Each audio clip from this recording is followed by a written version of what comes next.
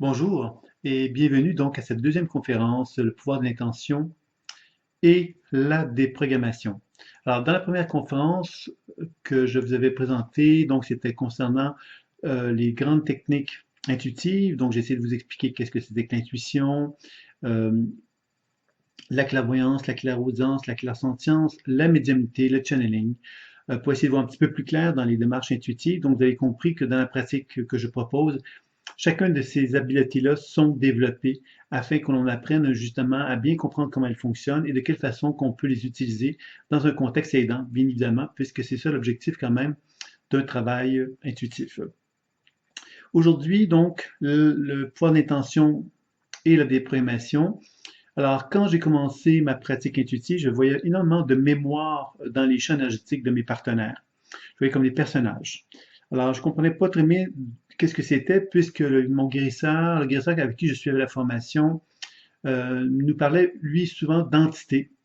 Et selon la tradition chamanique, certains courants de la tradition chamanique, parce qu'il faut savoir que le chamanisme se retrouve dans toutes les grandes cultures du monde. Donc, vous avez compris qu'il n'y a pas un chaman, mais il y a énormément de pratiques chamaniques diverses. Et la pratique chamanique que ce guérisseur-là donc avait adoptée disait justement que toute forme de maladie, toute forme de problème psychologique est associée donc à une entité, à la présence d'une entité. Donc, ça veut dire qu'il fallait exorciser la personne, donc enlever l'entité de la personne et la faire donc élever vers le ciel. Alors évidemment, ces enseignements-là qui étaient transmis étaient fort intéressants, sauf qu'ils n'étaient pas expliqués.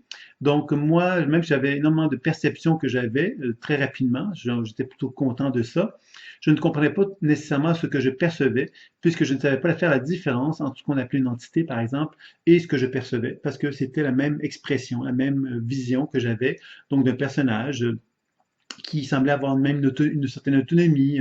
Donc, il y avait vraiment pas une grande différence entre ce qu'on appelle une entité et puis une mémoire. La grande distinction, en fait, qu'il faut savoir, c'est que lorsqu'on voyage dans l'univers mémoriel, c'est ça que j'ai découvert à mesure que ma pratique s'est consolidée, que j'ai été un petit peu plus loin dans cette volonté de comprendre les mécanismes intuitifs, on comprend que la mémoire, finalement, humaine, qu'est-ce que c'est que la mémoire humaine, pour commencer? C'est finalement, on peut concevoir que dans chacun de nous, dans nos propres champs énergétiques, nous avons des expériences émotionnelles qui sont plus ou moins en harmonie avec nous. Alors, ces expériences émotionnelles qui sont plus ou moins en harmonie avec nous va programmer notre énergie vitale et ce qu'un intuitif va percevoir dans notre champ énergétique, c'est il va percevoir comme des personnages reflétant des blocages émotionnels, des déséquilibres, des perturbations qui ont pu se vivre tout au long de notre vie. Donc, ça, c'est un constat, c'est ce qu'on revient un petit peu à notre capacité de percevoir le champ énergétique qu'on avait vu dans la conférence précédente. Là où la déprogrammation devient un élément formidable, c'est qu'on peut effectivement interagir avec la mémoire pour l'équilibrer. Donc, on ne fait pas que des constats, mais on comprend quelque part qu'on peut effectivement interagir avec les perceptions que l'on a pour amener une transformation. Et c'est là, évidemment, que la déprogrammation s'est imposée à moi naturellement. C'est que je constatais que lorsque j'interagissais avec la mémoire, ben, la mémoire, évidemment, se transformait. Et non seulement se transformait, mais ce qui est intéressant, c'est qu'elle semblait me montrer un potentiel évolutif. Plus la mémoire est déprogrammée, plus le potentiel évolutif qui est relié à cette mémoire-là, c'est-à-dire que si j'ai vécu à l'âge de 8 ans d'expérience de victime, ben, l'expérience de victime est figée dans le temps. C'est-à-dire que même si j'ai un certain âge aujourd'hui, la mémoire de 8 ans demeure complètement habitée par mon être et elle me programme un certain comportement de l'âge de 8 ans. Donc, un comportement plutôt infantile. Donc, quand on commence à interagir avec cette mémoire-là, on constate que la mémoire peut non seulement se transformer, mais nous montrer effectivement qui je suis au fond de mon être, quel est le potentiel évolutif que j'ai abandonné en quelque sorte à l'âge de 8 ans en m'identifiant à cette image de victime. Et c'est là qu'on commence à constater que dans le processus intuitif, on observe que plus on déprogramme les mémoires, plus il va y avoir donc l'apparition de ce potentiel évolutif-là. Donc, l'apparition du potentiel évolutif va bien indiquer que dans le champ énergétique de mon partenaire ou de moi-même, l'énergie circule mieux, hein, parce que le potentiel évolutif va bien indiquer que de nouveaux influx nerveux vont monter au cerveau, plus en harmonie avec qui je suis réellement. Ça, c'est une chose. Si, en tant qu'intuitif, je transmets l'information à mon partenaire, mais mon partenaire va amplifier sa conscientisation par le fait que je lui explique, Et donc, tout doucement, ça va permettre effectivement qu'il y ait comme une plus grande réunification qui s'effectue entre mon partenaire et l'énergie en question. Alors, c'est comme ça qu'est née, en quelque sorte, l'idée de la déprogrammation. C'est que je constatais que quand on interagissait directement avec la mémoire, on pouvait donc l'amener à se transformer et l'amener effectivement donc à avoir une plus grande harmonie, en fin de compte, avec notre être. Donc ça, c'est un élément bien, bien important. Ce que j'ai compris également, c'est que chaque mémoire est autonome dans mon champ énergétique. Ça veut donc dire qu'en tant que voyageur intuitif, je peux très bien voyager dans le champ énergétique de mon partenaire ou dans le mien pour pouvoir commencer à interagir avec ces mémoires-là. Ce qui veut donc dire que je peux faire un soin énergétique sur les mémoires en question et le soin énergétique va aussi favoriser donc la déprogrammation. Donc, juste par l'intervention énergétique sur ces mémoires-là, en étant capable de décoder ce qui se passe quand je fais les soins, je vais donc faire un travail de déprogrammation. L'élément supplémentaire par rapport à la déprogrammation que je trouve important, c'est que une mémoire, c'est donc une conscience. Si la mémoire de victime, par exemple, a une grande peine, je peux lui demander qu'est-ce que je peux faire pour l'aider dans l'immédiat. C'est-à-dire que je reconnais que j'ai la capacité de donner à la mémoire tout ce dont elle a besoin pour qu'elle puisse se transformer immédiatement. Alors, si la mémoire me dit, bon, j'aurais besoin de tendresse, par exemple, ben, par le pouvoir de l'intention, le pouvoir de l'intention, qu'est-ce que c'est? C'est ma pensée qui va se référer donc à mon vécu ou, en quelque part, ma capacité de me mettre en relation avec une forme d'archétype associé à une certaine énergie. Par exemple, la tendresse, bon, j'ai déjà vécu une certaine tendresse, donc je pourrais envisager ce que c'est que la tendresse. Et par le fait même, donc, en utilisant mon imaginaire, l'imaginaire, on se rappelle que l'imaginaire, c'est en quelque sorte l'énergie, hein, c'est-à-dire que je prends conscience que par mon intention, je peux transmettre avec à l'aide de l'imaginaire, une certaine intention dans l'énergie vitale, et de cette façon-là, je peux envoyer cette énergie vitale-là vers, par exemple, l'énergie en question, qu'elle soit dans mon propre champ ou dans celui d'un partenaire. Par cette intention-là, je vais donc programmer une énergie particulière qui va être reçue par l'énergie psychique en question. Et évidemment, cette énergie psychique-là va avoir une réaction quand je lui donne. Pourquoi? Ben, c'est tout à fait normal. C'est une mémoire qui est vivante. Si je lui envoie donc une certaine information énergétique, il est donc normal qu'elle réagisse, peut-être très subtilement, peut-être très fortement.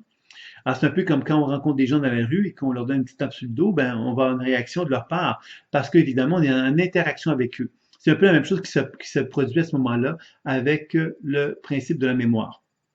Donc, vous comprendrez ici que la déprogrammation, elle est étroitement en relation donc avec le pouvoir imaginaire, le pouvoir de création que l'imaginaire me permet d'avoir, qui me permet donc de me syntoniser avec tout ce qu'une mémoire pourrait me demander, parce que j'ai accès à tout, de pouvoir justement, par l'intention, par le pouvoir de l'intention, par la capacité de visualiser, de me mettre en relation avec cette énergie-là qui m'est demandée, comme par exemple la tendresse, de pouvoir transmettre cette tendresse-là dans une représentation imaginaire, de pouvoir bien ressentir cette émotion qui est là, et ensuite, évidemment, de pouvoir utiliser le support imaginaire comme un support énergétique qui va envoyer l'information vers la mémoire. Alors évidemment, tout ça, c'est ce que je viens de vous nommer là, c'est important, puis en même temps, ça ne l'est pas, dans la mesure que si je ne le fais, je dois apprendre à le faire en conscience. Faire ça en aveugle, c'est de dire, ben tiens, j'ai l'impression qu'il y a une partie de moi qui a besoin de quelque chose, donc je vais y envoyer. Oui, ça pourrait aider, ça pourrait faire du bien, mais on n'est pas dans la déprogrammation telle qu'on l'enseigne dans l'école, puisque ce que nous, on cherche à faire, c'est de faire le plus possible d'un travail de conscience. Le travail de conscience, c'est-à-dire que je suis capable de percevoir qu'est-ce que je fais, je suis capable d'interagir avec les mémoires pour être capable d'observer comment elles réagissent. Et de cette façon-là, je peux effectivement continuer le travail pour l'amener tout doucement à ce que les mémoires deviennent de plus en plus un état d'harmonie et d'équilibre dans mon propre champ. Et c'est ça, quelque part, la clé de la déprogrammation. On va jamais effectivement se laisser on va éviter, en fait, le plus souvent possible, de faire des recettes. Les recettes, c'est de dire étape 1, bon, je prends l'énergie, étape 2, je l'envoie avec une intention et je ne sais pas qu'est-ce qui se passe, mais je présume que ça fait du bien. Ça, c'est vraiment quelque chose qui n'est pas vivant. C'est pas en relation avec l'autre ou avec mon être. Et donc, on cherche, nous, davantage à vraiment comprendre quelque part que la déprogrammation va être un travail de déprogrammation réelle de la mémoire et que cette déprogrammation-là va me permettre justement de constater que j'ai une action thérapeutique sur celle-ci et que ça va m'amener donc à une amélioration de plus en plus importante dans mon propre champ ou le champ de mon partenaire. Alors, vous voyez donc que l'idée de la déprogrammation, elle est finalement relativement simple. La clé, par contre, ça demande qu'on ait une bonne habileté intuitive pour percevoir les mémoires en question. Donc, percevoir pour commencer le champ énergétique. Le champ énergétique va me permettre de voir le rayonnement biolumineux au niveau des organes et des systèmes du corps humain. Je vais pouvoir également percevoir les chakras, la structure énergétique des chakras reliée aux glandes endocrines. Tout ça va me donner l'opportunité de vraiment pouvoir évaluer le potentiel santé, de constater que dans l'énergie vitale, il y a donc des programmations mémorielles qui se trouvent dedans, c'est-à-dire que l'énergie circule avec une conscience, et dans ce cas-ci, évidemment, une conscience mémorielle, c'est-à-dire le bagage à laquelle je me suis identifié. Et par la suite, bien évidemment, par la déprogrammation, on va commencer donc dans un premier temps à se mettre en relation avec les perceptions que j'ai, les énergies psychiques qui sont présentes dans mon champ ou dans celui d'un partenaire. Je vais m'adresser à ces mémoires-là pour comprendre finalement quel est leur message. Et en comprenant le message, je vais arriver donc à comprendre ce qu'elles sont, c'est quoi leur souffrance, c'est quoi leur douleur. Et évidemment, je vais pouvoir ensuite passer à l'étape de la déprogrammation, quand je vais avoir bien compris ce que la mémoire est, pour lui donner ce dont elle a besoin. Et que si je lui donne ce dont elle a besoin, bien inévitablement, que ça va permettre justement une transformation dans la mémoire. Alors ça, c'est une façon de déprogrammer. Puis évidemment, je peux très bien combiner cela avec un soin énergétique. C'est-à-dire que si je déprogramme la mémoire d'un point de vue plus psychologique, je peux ensuite faire une action qui va permettre justement donc à libérer le plus possible la mémoire se trouvant dans le champ énergétique et ensuite, évidemment, de favoriser une circulation énergétique la plus complète possible. Alors, en combinant ces deux actions-là thérapeutiques, les soins énergétiques et de déprogrammation, ben on parvient effectivement, donc tout doucement, à rétablir en quelque sorte le champ énergétique de notre partenaire et également la programmation mémorielle qui anime la structure énergétique. Donc, on arrive à faire un soin plus complet, plus profond, je dirais, que si on n'en tenait pas compte. Ce qui ne veut pas dire que le soin énergétique n'a pas de valeur. Le soin énergétique a de la valeur, bien évidemment, c'est reconnu depuis bien longtemps que les soins énergétiques vont favoriser un bien-être. Sauf que tous ceux qui ont déjà pratiqué les soins énergétiques pendant un certain temps savent qu'un soin énergétique n'est pas suffisant quelquefois parce que justement la programmation psychologique qui est associée à un individu va empêcher l'énergie vitale de circuler. Alors, si je prenais 5 personnes dans la salle, dans la salle virtuelle, et que j'envoie de l'énergie dans chacune de ces 5 personnes-là, je constaterais que chaque personne va recevoir l'énergie vitale d'une façon différente. C'est-à-dire que chaque être humain est donc animé d'une conscience mémorielle différente. Et que quand j'envoie de l'énergie dans ces personnes-là, la mémoire qui anime chacune de ces personnes-là va réagir d'une façon qui lui est propre. C'est donc dire que si moi je fais un soin énergétique et que je ne tiens pas compte de ces réactions-là, ben à quelque part, je ne le fais pas en conscience, je ne le fais pas en optimisant finalement la possibilité de comprendre l'être humain qui est devant moi ou de me comprendre moi-même. Alors oui, je peux me soigner, je peux me faire du bien, mais peut-être que je pourrais faire davantage si j'arrivais justement à inclure ces habiletés-là. Alors donc, il n'y a pas de, je suis pas prêt à dire bon, le soin énergétique c'est pas bien. Bien sûr que c'est très bien. L'intuition, faire du travail intuitif, c'est très bien, bien évidemment. Si on peut combiner les deux, c'est super. Et pour moi, la déprogrammation va être encore un autre élément de plus qui va finalement permettre à faire un soin encore plus intéressant, encore plus riche.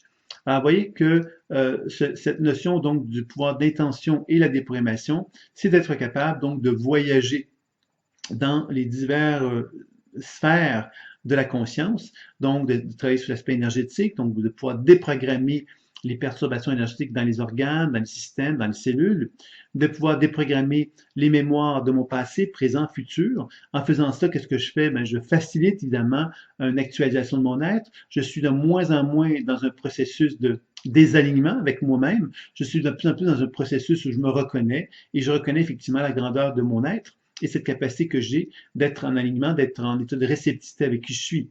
Alors, plus on travaille sur le passé, plus on libère du matériel, plus on donne accès à un potentiel évolutif plus élevé. Plus ce potentiel évolutif est très élevé, plus mon potentiel futur va pouvoir se manifester aisément.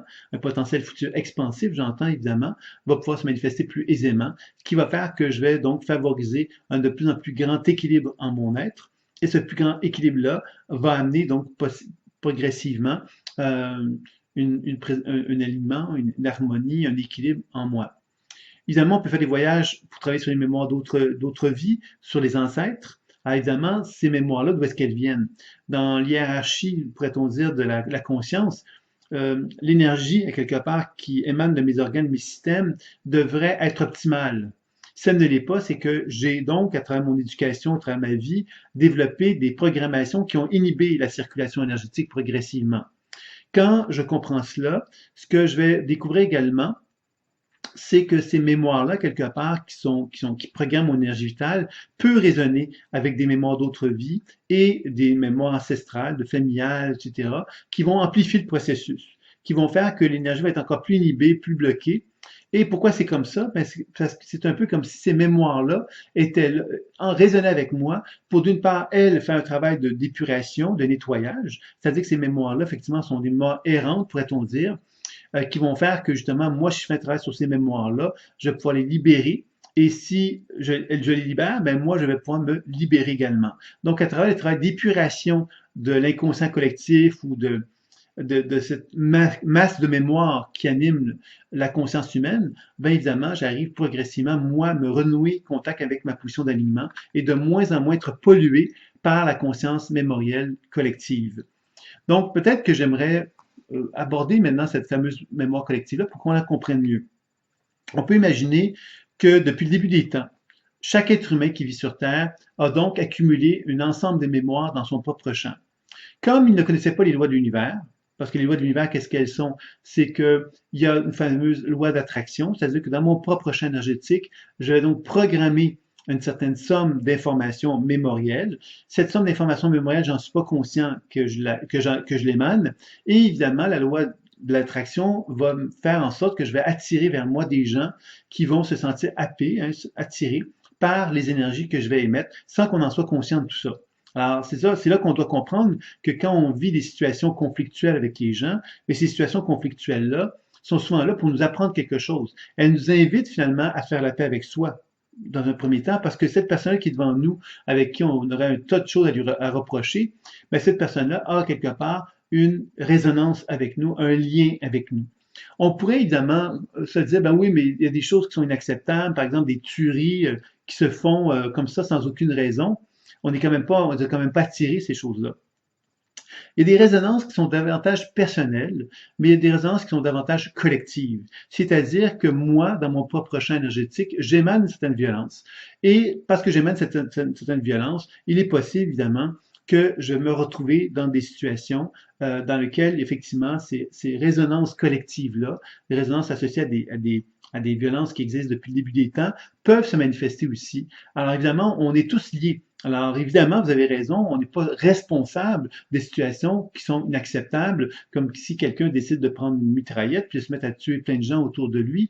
On n'est pas attiré ça vers nous comme tel. Sauf qu'évidemment, il faut comprendre que la trame inconsciente qui anime tous les êtres humains sur Terre, on est tous un peu responsables d'une forme d'injustice, pourrait-on dire, sociale qui existe dans le monde présentement et qui a toujours existé en fait aussi, et qui a fait qu'évidemment, nous, en tant qu'êtres humains, ben, on n'est pas en mesure de pouvoir toujours être en parfaite harmonie justement avec notre être, parce qu'on est constamment dans cette position conflictuelle-là avec notion où il faut essayer de gagner sa vie, essayer de faire plein de choses.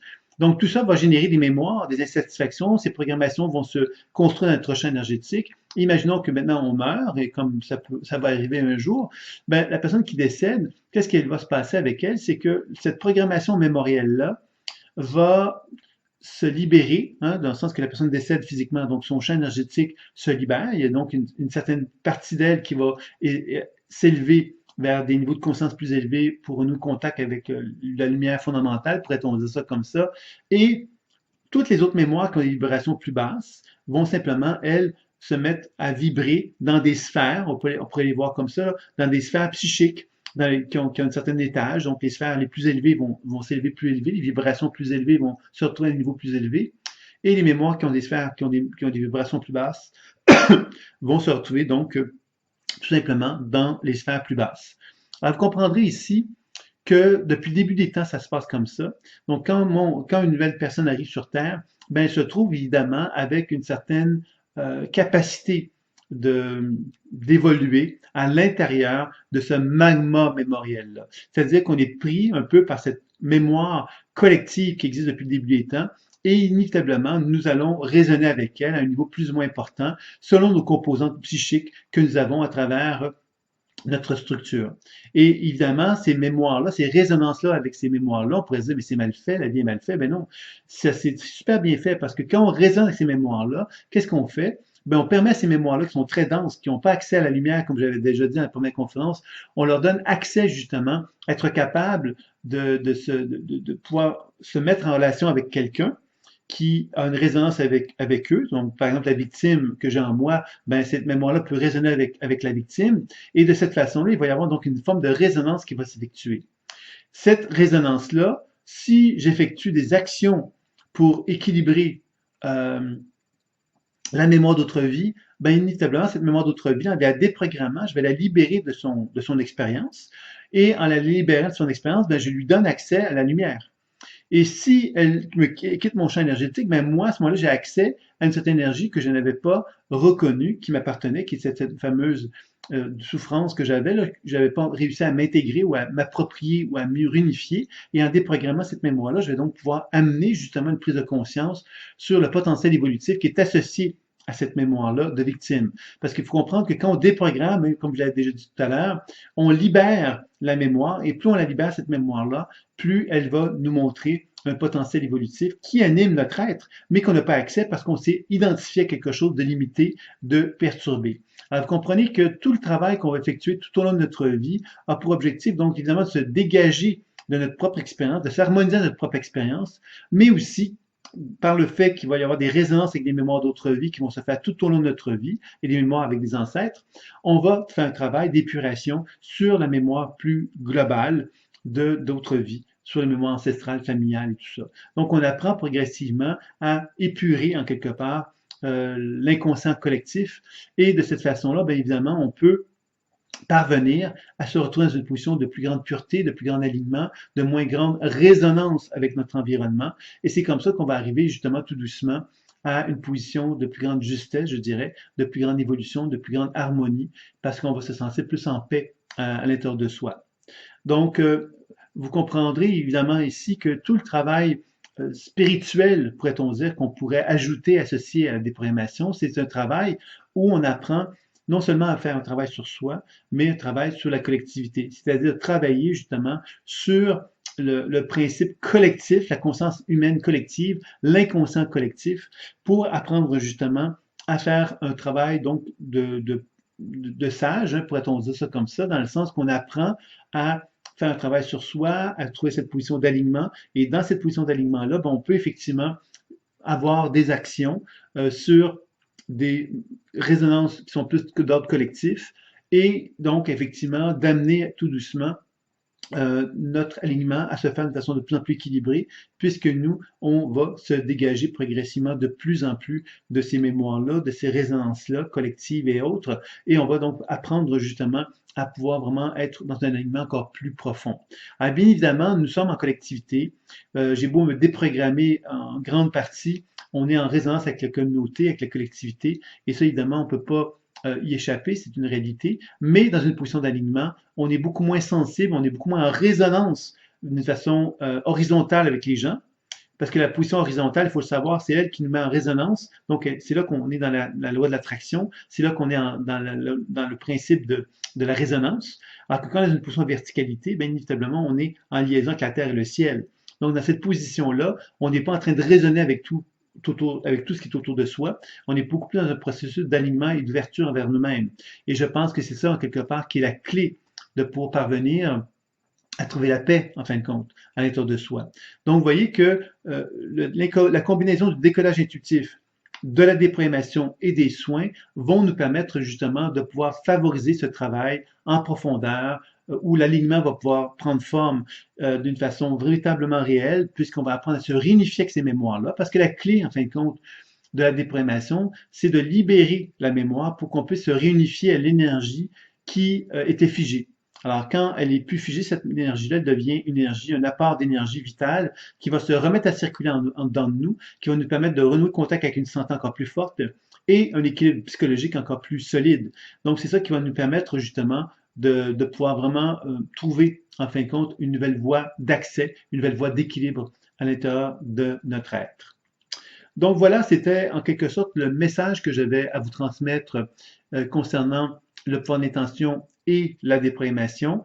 Alors évidemment, si vous avez des questions, vous pouvez toujours me faire part de vos questions par mail, par le site internet www.développement-conscience.com qui lui est assez bien construit là, pour pouvoir justement faire part des questionnements, de faire des, des, des commentaires sur ce que vous aimeriez me transmettre. Ça me fera toujours plaisir d'y répondre. Je tâche toujours de répondre assez rapidement aux commentaires qui me sont adressés par le biais du blog. Donc voilà, alors évidemment, vous savez que pour le 6 décembre, nous avons donc une date de tombée pour la formation personnelle et professionnelle. Il y a un week-end d'introduction le 5 et 6 décembre à Paris, chez la boutique de l'univers d'Esther. C'est un week-end qui a un prix assez doux. On a voulu le rendre le plus accessible. Il y a une conférence également, donc le 2 décembre aussi, qui va avoir lieu. Donc, si ça vous intéresse, ça pourrait être intéressant pour vous d'y assister si vous êtes à Paris ou si encore vous êtes de passage à Paris. Donc, le 2 décembre pour la conférence et le 5 et 6 décembre pour le week-end. Il y a donc les formations qui vont suivre par la suite, donc la formation personnelle et professionnelle. Donc, ceux qui ne peuvent pas venir au week-end à Paris peuvent suivre le week-end ou l'équivalent du week-end, qui est une introduction dans le cadre du web. Donc, cette introduction-là est la porte d'entrée pour la formation personnelle et la formation professionnelle. Et c'est une introduction dans laquelle vous apprenez à développer le décodage, la déprogrammation et les soins sur vous-même et un partenaire. Donc, c'est un enseignement complet en lui-même, une introduction, qui vous donne vraiment les bases de comment faire la pratique. Par la suite, pour ceux qui veulent aller plus loin, ben, la formation personnelle va vous permettre de faire un parcours vraiment très complet sur toutes les pratiques intuitives que vous pouvez imaginer, mais appliquées vers vous-même et dans lequel, évidemment, vous allez combiner le décodage intuitif, la déprogrammation et toutes les techniques de soins que vous allez apprendre afin de favoriser un bien-être dans votre vie. Vous êtes supervisé là-dedans avec des mini-consultations régulières, une fois par mois, des webinaires une fois par mois, un enseignement web une fois par mois, et ça va durer à peu près 12 mois, cette formation-là, qui est assez complète, et c'est de 995 € ou dollars. Vous avez des modalités de paiement de 1, 3, 6 et 12 paiements, si vous êtes intéressé, et la formation professionnelle qui, elle, va vous proposer un enseignement, donc la formation personnelle est inclue dans la formation professionnelle d'abord, et vous avez ensuite une série d'enseignements pour apprendre à développer une pratique professionnelle vers un partenaire, dans lequel vous allez apprendre également à faire des pratiques avec des gens du groupe, même si ça se fait à distance, parce qu'il y a une partie de l'enseignement qui va se faire à distance, mais également une partie de l'enseignement qui va se faire aussi sous la forme dans un cadre d'un stage. Si cela vous intéresse, vous pouvez donc y jeter un coup d'œil. Le stage aura lieu donc au mois de mai, 19 au 23 mai, tout près de la forêt de Brocéliande. Donc voilà, c'est 1995 € pour la formation professionnelle. Vous avez la possibilité de le faire en 1 paiement, 3 paiements, 6 paiements ou 12 paiements. La date de tombée des inscriptions, c'est le 6 décembre. On a mis des délais supplémentaires puisque pour permettre à toutes les personnes qui s'étaient engagées avec moi de faire connaître la formation, de le faire. Évidemment, on ne peut pas aller tellement plus loin que ça puisque durant le mois de décembre, on fait l'intro et après ça, donc à la mi-janvier à peu près, la formation va commencer véritablement. Pour les gens qui font la formation personnelle, on va la poursuivre. Pour ceux qui font la formation professionnelle, on va prendre le volet de la formation professionnelle et là, vous allez découvrir une pratique donc sur vous et sur l'autre, avec des webinaires et des pratiques, une supervision très intéressante et très riche dans lesquelles vous allez apprendre à constater qu'il est possible à distance de vraiment pouvoir développer vos habiletés. Et le stage va vous permettre l'intégration de cela. Et après ça, évidemment, donc, encore une fois, une supervision qui va vous être proposée. La formation professionnelle dure à peu près 12 mois également. Donc, voilà. Alors, j'ai pas mal complété. Donc, si vous avez des questions, des interrogations, n'hésitez pas, je suis là pour cela. Ça me fait plaisir. J'espère que vous avez apprécié cette conférence. Je vous dis à très bientôt. Merci. Au revoir.